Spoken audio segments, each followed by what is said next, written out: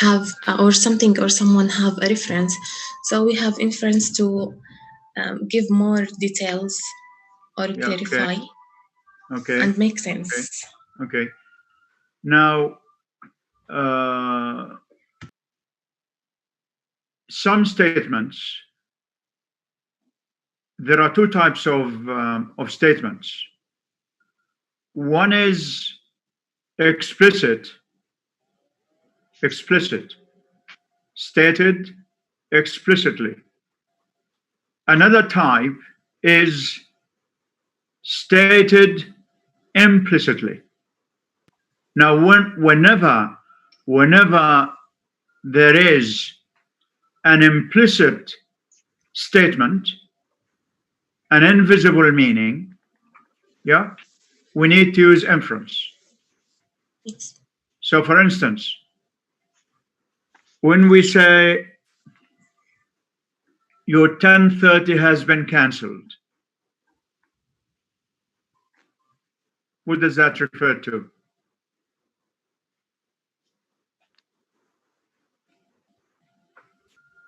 Your 10:30 has been cancelled. What does it refer to? Who was that? Afnan. Yes, Doctor. Yeah. Now this is the sort of implicit statement which needs reference. So suppose that in a dialogue, in a conversation, in any sort of communication, you are told that your 10:30 has been cancelled. What does that mean? May I, دكتور? Yeah, sure. That's mean إنه كان في موعد لإلك في هذا الوقت والتغى. Okay, who is that? Dina. Yeah, Yes. okay, that's very good. That means that that your 10:30 here refers to something. Okay, okay. The heart attacks mustn't be moved or shouldn't be moved. The heart attacks. مريض أو اللي بيصيبه نوبة قلبية مش لازم نحركه. Yeah, refer to someone. Yeah, okay. So here again, when we say the heart attacks, does this refer to someone or something? Someone. Of course, someone. Mm. Yeah. Brazil won World Cup. Brazil won World Cup. What does that refer to?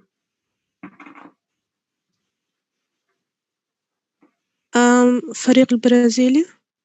Yeah, it refers to the football team. Yeah. So yes. When we say Brazil here, Brazil here refers to a certain body in Brazil, which is the football team. Yes. Okay. So pragmatics and discourse analysis. This is available, by the way. If you check the Moodle, you have this there. It's been there for weeks now. Okay. Have you all seen this? Have you all seen this? Pragmatics and discourse analysis.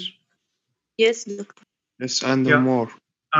There is a bad need. There is a dire need to check the Moodle. So if you don't do that, sometimes you may be marked absent because we take the attendance also from the Moodle. So if you don't check for 3 to 5 days, you may be marked absent from the Moodle, of course. Okay.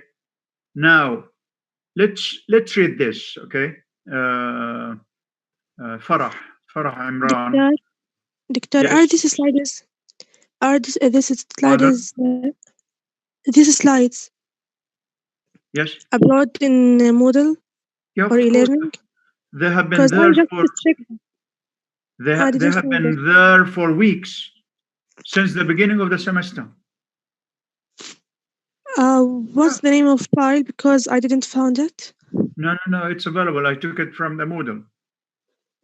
Okay, تمام دكتور يسلم. Okay, right. Farah, can you just read this? Reference and inference. Let's just try to come to grips with, in any science, by the way, language uses finite means to express the infinite. Those who have done linguistics, this is one of the characteristic features of human language. This feature states that human language, uses finite means to express the infinite. Now, what is finite? By finite, we mean limited. Limited means, limited resources to express the infinite. What do I mean by infinite? Unlimited. Yeah? So language uses finite means, F-I-N-I-T-E, finite, to express the infinite. Infinite is I-N-F-I-N-I-T-E.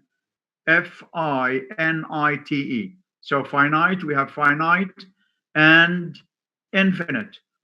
Now, if we apply this to phonology, every language has a limited number of phonemes or sounds.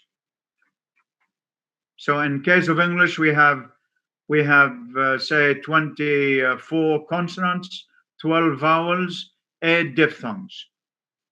By using these, we can form hundreds and thousands of words. Same applies to morphology. The number of basic words is finite, but the number of words that can be generated or derived from these words is infinite. So every language has a basic number of vocabulary, of roots.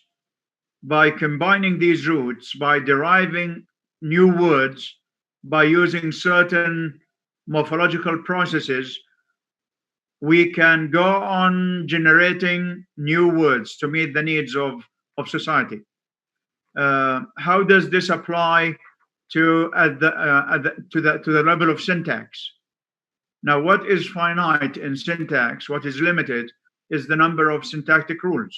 What is infinite is the number of sentences produced or generated. Now, each science has a limited number of terminology, of terms, technical terms. Every science has a limited number. So in pragmatics, for example, we might have up to say 100 or 200 new words, terms, technical terms. Yeah. Now, such terms include reference and inference. So once we come to grips with these terms, we can easily and smoothly learn whatever material, whatever data. Okay. So reference and inference. Farah, if you like to read this. Yes, Doctor. Yeah. Reference and inference. Reference is not simply a relationship between the meaning of word or phrase and an object or person, the word. In the world. In the world. Yeah. It is a social act. Hence, one needs to study the pragmatics use of reference. But first, let us define the term reference. Okay. So now as we study or address reference, it's not confined to a relationship between the meaning of a word or phrase and an object or person in the world. So there is no one-to-one correspondence between reference and meaning of a word or a phrase, because a word or a phrase may have more than one reference. You see what I mean? It may have more than. Now we studied remember we studied the triangle of meaning, the triangle of meaning, where we have a referent, an object, an existing object, or a referent, a word, and the meaning. Now, not all words have only one meaning.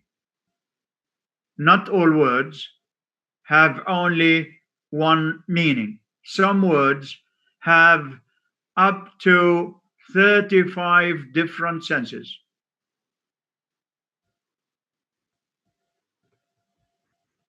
So if we take the word spring, we may first think of the season. I mean, we may take the word to refer to a season, but it's not always the case. Sometimes it refers to water springs. Sometimes it refers to metal springs. So when we say the bed or this bed needs a spring, what does that refer to? Does it refer to the season, the waterfall, water springs, or something Doctor, else?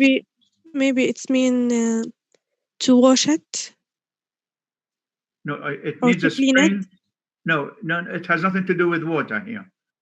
It does refer to a metal spring, which is Zambarak, yes? That's one of the meanings. That's one of the meanings of the word spring.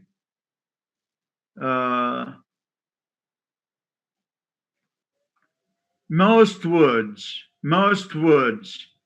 in human language, generally speaking, have more than one sense. Okay, some of them has about up to 35.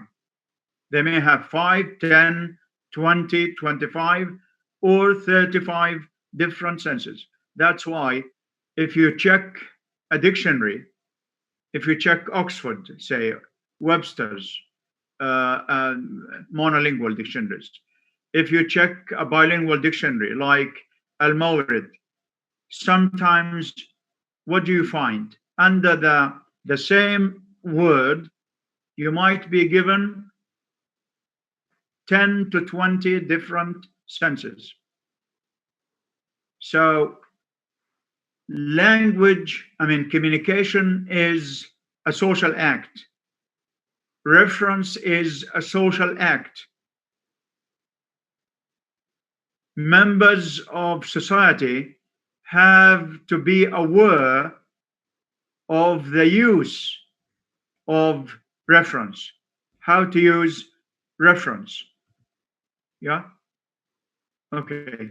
So what is reference? Reference is an act.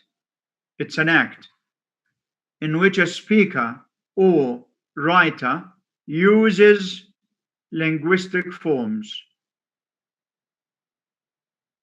to enable a listener or reader to identify something. These linguistic forms are referring expressions. They are expressions that refer to proper nouns. They may refer to proper nouns. Like we say Shakespeare, that's a proper noun.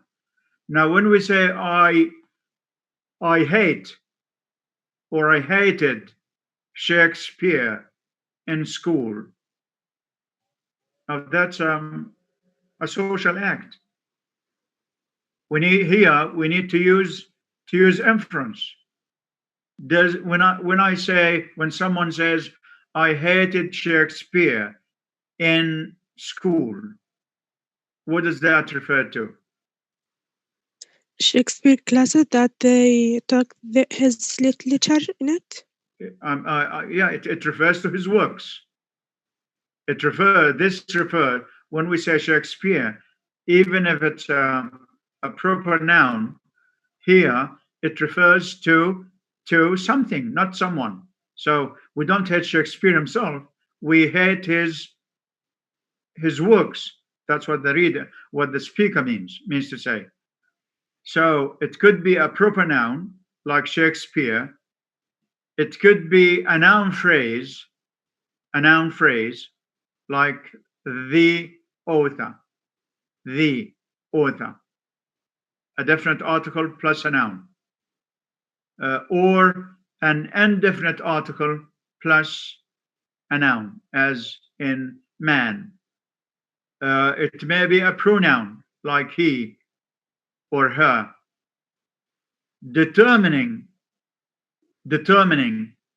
whether the reference is used to refer to someone or something relates to the pragmatic competence of the listener or the reader.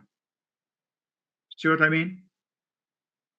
So as we learn a new language, we need to develop pragmatic competence, not just syntactic competence, morphological competence, semantic competence. We need to develop pragmatic competence.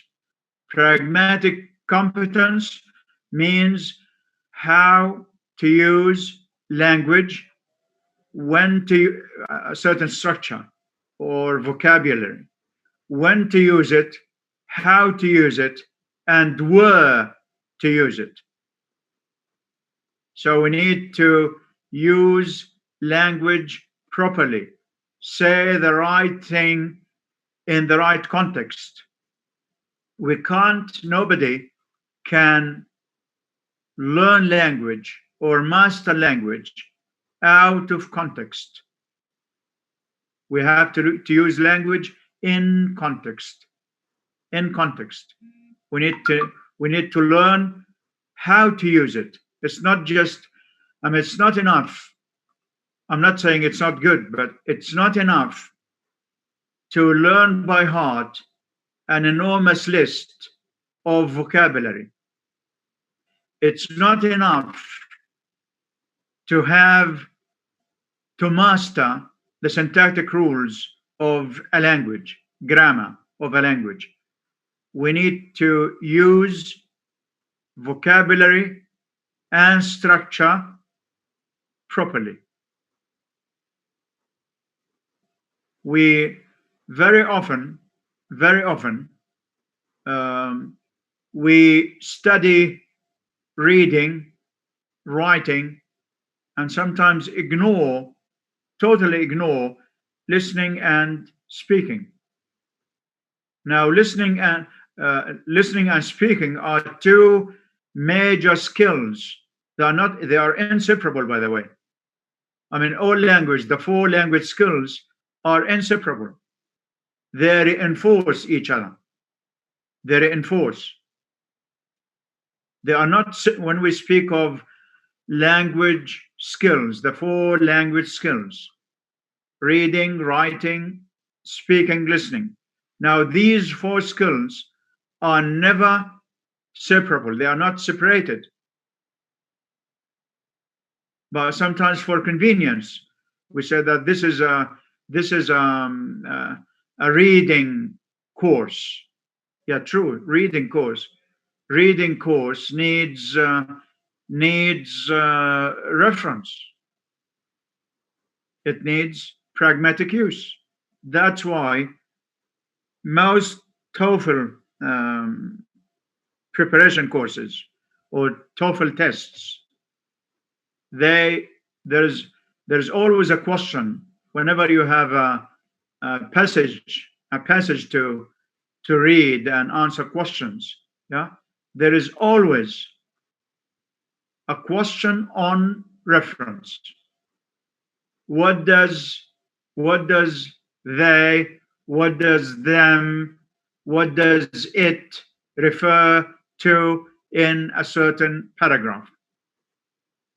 So reference is very important. Pragmatics is related when you want to write something, when you want to conduct to strike a conversation, you have to use, you must have adequate enough pragmatic competence. Pragmatic competence means the ability not only to master vocabulary and structures, but also using these elements properly. Yeah. So a man, definite or indefinite, a pronoun, he or her, determining whether the reference is used to refer to someone or something, that is, the pragmatic competence of the speaker, or illustrate the pragmatic competence of the speaker or the writer. Okay. Additional knowledge must be used to figure out the intended meaning of the speaker or the writer.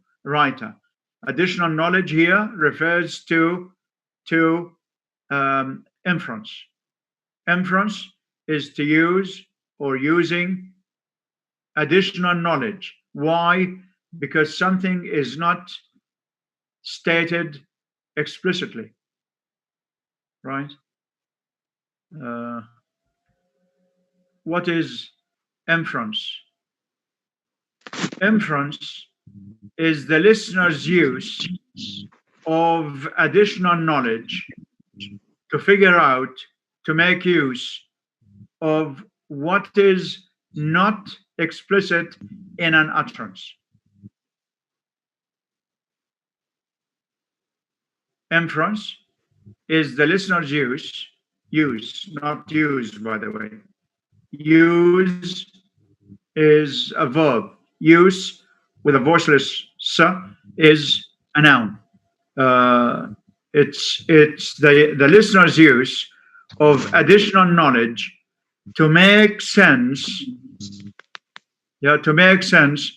of what is not explicit in an utterance.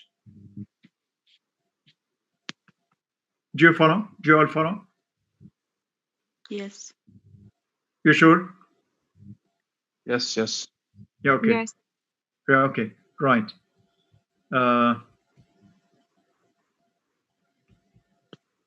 Okay, now let's study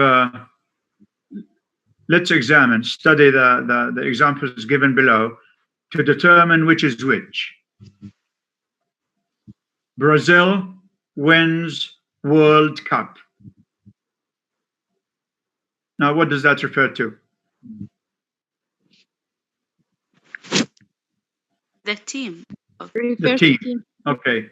Japan. Now, this is, see how in each case, now in A we use Brazil, in B we use Japan, and in each case there is a reference to something different. So Brazil wins World Cup. Brazil here refers to the team. Japan wins first round of talks of trade talks.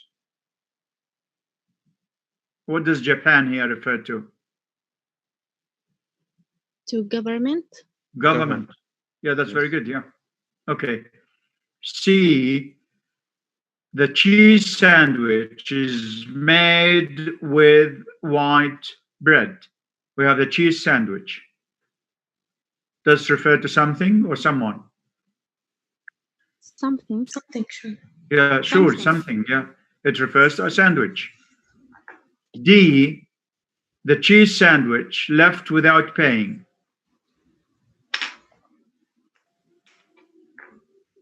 Refer to someone. Here it refers to someone. I mean, he left without paying.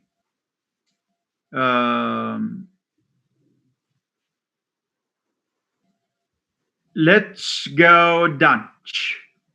Let's go Dutch. Okay, let's have these sentences. Let's go Dutch. He speaks Dutch.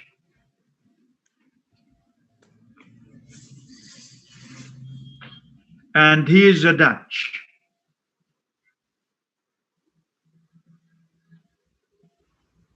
What does the first mean? Let's go Dutch. لنذهب إلى هولندا. Let's go Dutch.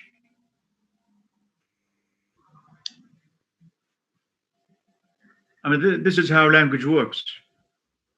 Sometimes we have to tell whether a certain structure is used literally or figuratively.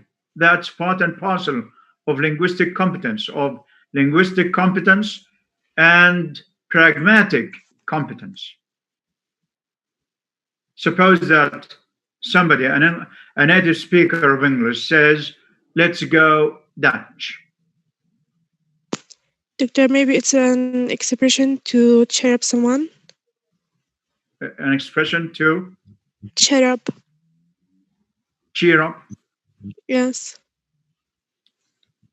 Well, that's an idiom. That's an idiom. When somebody doesn't want to treat, okay, let's have another sentence. I'm going to treat you today.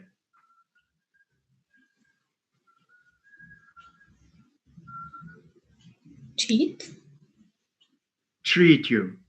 I'm going to treat you. Treat. Behave you. I'm going to treat you today. Behave you, doctor. Just have a taste of how inference is badly needed, you know,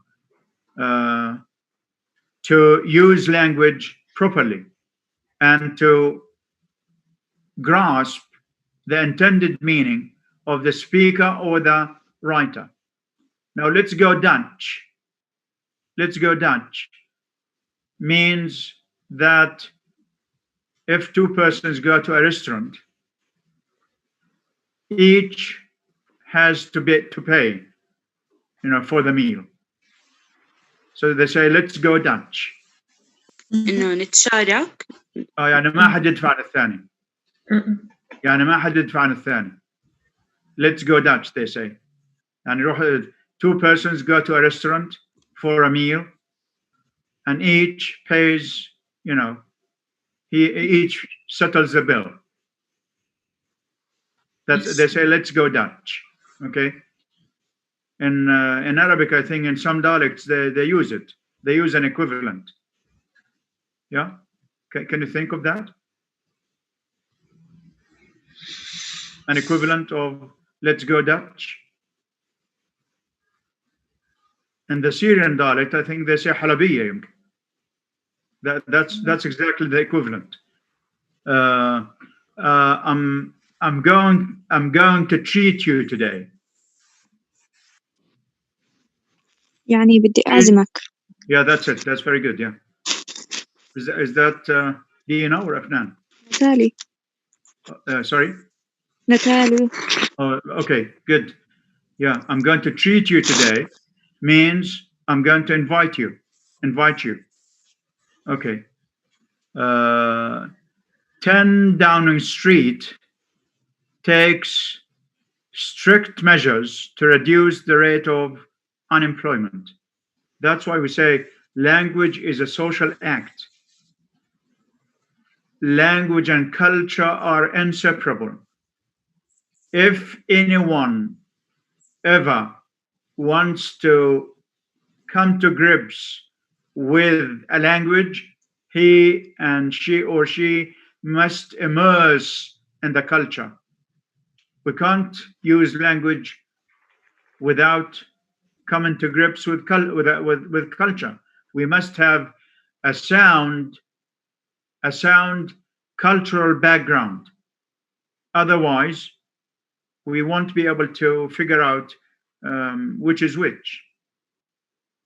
We may not be able to tell the difference between literal and figurative, between something or someone. Yeah.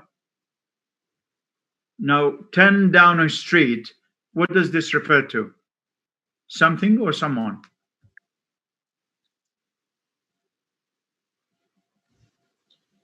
I think someone. Yeah, it refers to the government. Yeah. Yeah, here, 10 Downing Street. This is the headquarters of the government. So here it means the British government is going to take strict measures to reduce the rate of unemployment. Now, when we say he met his Waterloo, what does that mean?